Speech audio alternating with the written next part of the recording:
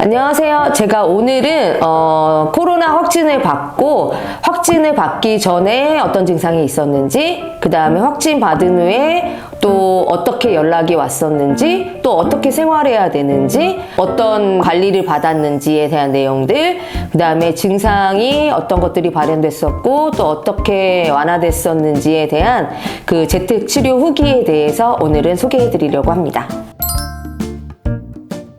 한 지난주 화요일부터 제가 이제 목이 좀 아팠어요. 그래서 이제 환절기라서 이제 감기인 줄 알고 이제 그렇게 있었고, 월요일날 만났던 지인이 코로나 검사를 받았다고 이제 문자가 온 거예요. 그리고 이제 수요일날 아침이 됐는데 이제 확진됐다는 당황스러운 문자가 왔고, 그 와중에 제가 또 기침이 나더라고요. 그래서 이제 오미크론 증상에 대해서 검색을 했는데 지금 제가 갖고 있는 증상이랑 똑같더라고요. 이제 살짝 그때부터 의심하게 된 거죠. 이제 매번 뉴스에서는 이제 코로나 이제 확진자들 많이 나오는 걸 그동안 2년 동안 봤음에도 불구하고 막상 내가 걸린 것 같은데 어떻게 해야 될지를 모르겠는 거예요. 그래서 이제 무작정 검색을 했어요. 신속 항원 검사라는 거를 받아서 양성이 나와야 된다고, 그 검사를 어디서 받아야 되는지 이제 또 다시 검색을 했죠. 그 지정된 병원이 있더라고요. 그래서 사무실 근처에 있는 이제 한 내과를 찾아가서 신속 항원 검사를 받았어요. 비용은 5,000원이었고요. 결과는 한 15분 정도 후에 나오더라고요. 거기에 한 5명 정도가 같이 검사를 받고 대기를 하고 있었는데 제 이름을 부르면서 저 빼고 다 나오라고 하는 거예요.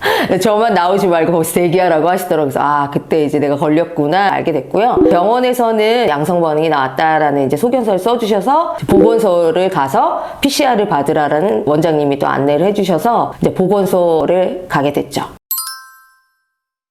신속 항원 검사는 어떻게 생겼냐면요, 키트가 이렇게 생겼어요. 그래서 그 임신 우리 테스트기처럼 이렇게 두 줄이 나오면 양성이에요.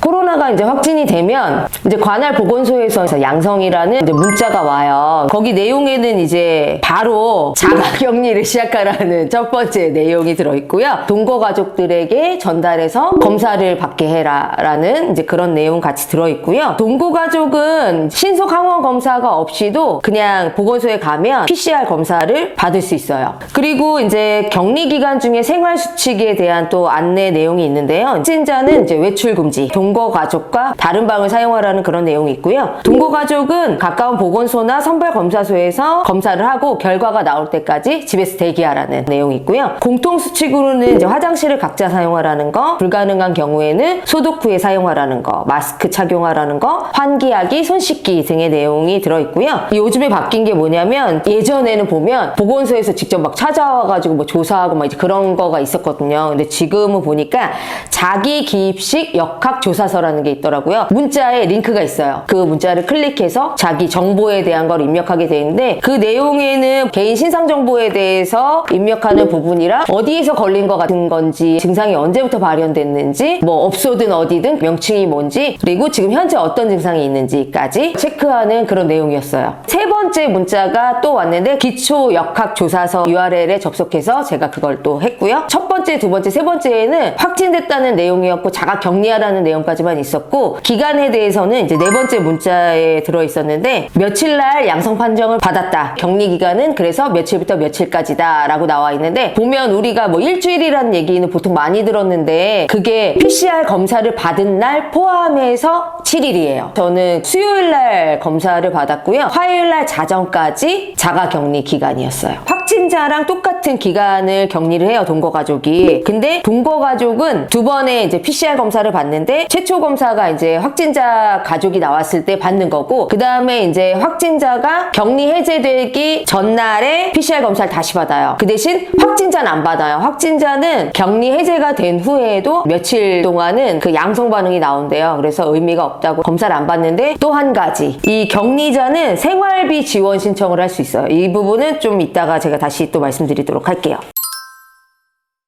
이제 자가격리 같은 경우는 아까 제가 말씀드렸지만 검사를 받은 날부터 7일까지가 자가격리 기간이고요. 비대면 처방을 받게 됐어요. 그래서 비대면 처방을 통해서 지인을 통해서 약을 받아서 5일치 약을 받아서 먹게 되었죠. 보통 우리가 일반적으로 감기 걸렸을 때 먹는 약이랑 거의 같다고 생각하시면 될 것 같고요.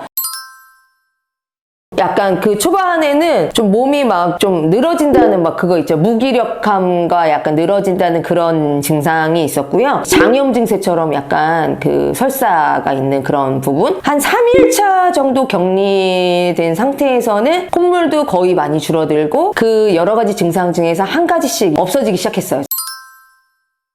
격리 5일차가 되니까 정신건강지원상담 안내라는 안내 문자가 왔고요. 격리 해제가 되는 그 마지막 날에 문자가 온 게 격리 해제일은 몇 월 며칠 자정이다 이게 왔었고요. 격리 해제 통지서를 필요한 사람들이 또 있잖아요. 그 온라인 신청할 수 있는 URL이 같이 들어있었고요. 생활비 지원 신청 기간은 격리 해제일 이후부터 3개월 이내에 할 수 있다라는 그런 내용이 있고요. 그래서 주소지 동행정복지센터에서 할 수 있고요. 신분증이랑 신청인 명의의 통장 등을 가져가야 되고요. 자가격리 기간 동안에 있었던 그 폐기 및 배출 안내에 대한 그런 내용이 있었고요. 일반 쓰레기를 어떻게 버려야 되는지, 그 다음에 음식물 쓰레기 재활용 용품을 어떻게 버려야 되는지에 대한 안내가 들어있었어요.